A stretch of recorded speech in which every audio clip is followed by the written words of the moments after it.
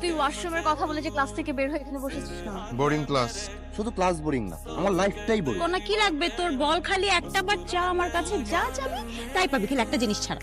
ওই একটা জিনিসই লাগবে, প্রেম। প্রেম ছাড়া জীবন না আলু বিন সিঙ্গারার মতো, চার্জার বিন ফোনের মতো, মেসি বিন ফুটবলের মতো। এমন একটা কিক দিব না মেসির মতো, তোর লাইফটা আলু ছাড়া সিঙ্গারা হয়ে যাবে। তখন যতই চার্জ দিস কোনো লাভ হবে না, বুঝছিস? দোস্ত, তুই আমাদের হাতে কত মায়ের খাইছিস বলতো? অনেক।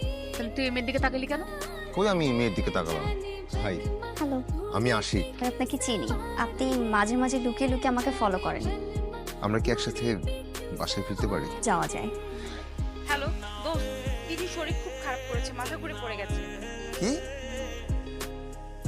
এই জুনিয়র,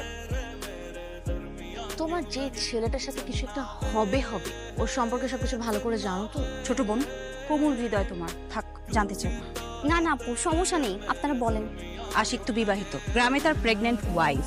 ও মেয়ের যে সর্বনাশ করেছে ও। ছি ছি, এত খারাপ? আপনি আমাকে বাঁচিয়েছেন আপু, থ্যাংক ইউ সো মাচ। তিথি কই? গিরবর না? তুই তো ঠিকই আছে, মানে মাথা ঘুরে পড়ে গেছিল। আসলে গতকাল একটা ইমার্জেন্সি কল এসেছিল, তাই। এক্সকিউজ দিতে হবে না, বউ প্রেগনেন্ট থাকলে এরকম ইমার্জেন্সি কল আসতেই পারে, আই আন্ডারস্ট্যান্ড।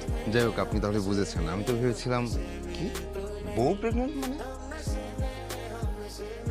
আমার বান্ধবী বর্ণা, ও তো সারাক্ষণ আপনার কথা বলে। কি বলো বলো তো? লাল শার্টে ইমন ভাইকে যা লাগবে না, সকাল থেকে কিছু খাইনি তো। ভার্সিটির আশেপাশে যত রেস্টুরেন্ট আছে আজকে থেকে তোমার জন্য ফ্রি। এখন চলো আমার সাথে, চলো কি খাইবা তুমি বলো। আমার তো একটা কিছু হলেই হয় ভাই।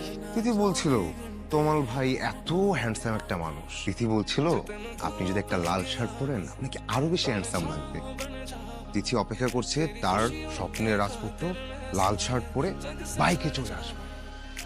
আমার একটা জিনিস দরকার ছিল। বলো এবার কি লাগবে? আমার একটা ঘড়ি দরকার। ঘড়ি?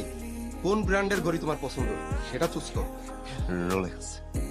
বর্ণা, লাল শার্ট। হাই তিথি, লাল শার্ট।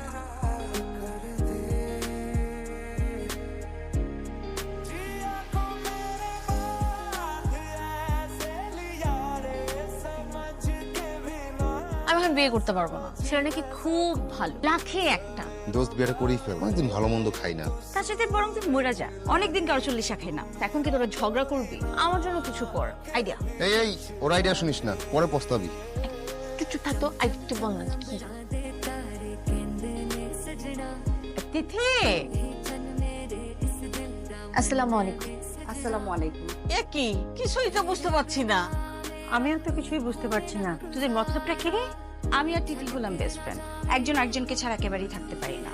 এখন ঘটনা হলো আমরা দুজন মিলে ডিসাইড করেছি যে বিয়ে করলে একজনকেই করব, তাহলে একসঙ্গে সারা জীবন থাকতে পারবো। তো আপনি যদি বিয়ে করেন তিথিকে, ওর সঙ্গে আমাকেও বিয়ে করতে হবে। আপনি কি রাজি? আপনি কি রাজি?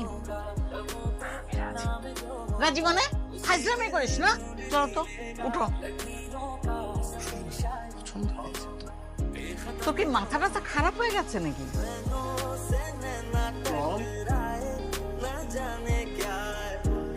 কথা ছিল দেখা হবে, দেখা হলো না,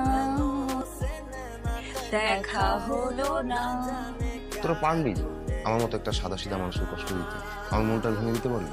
আমিও তো তোদের বন্ধু, তোদের জন্য আমার একটা ছোট্ট সারপ্রাইজ আছে। মিট মাই লাভ।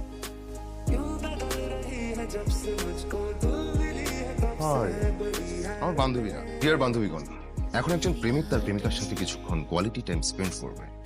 আমরা তাদের বিরক্ত না করি। দরজাটা এদিকে।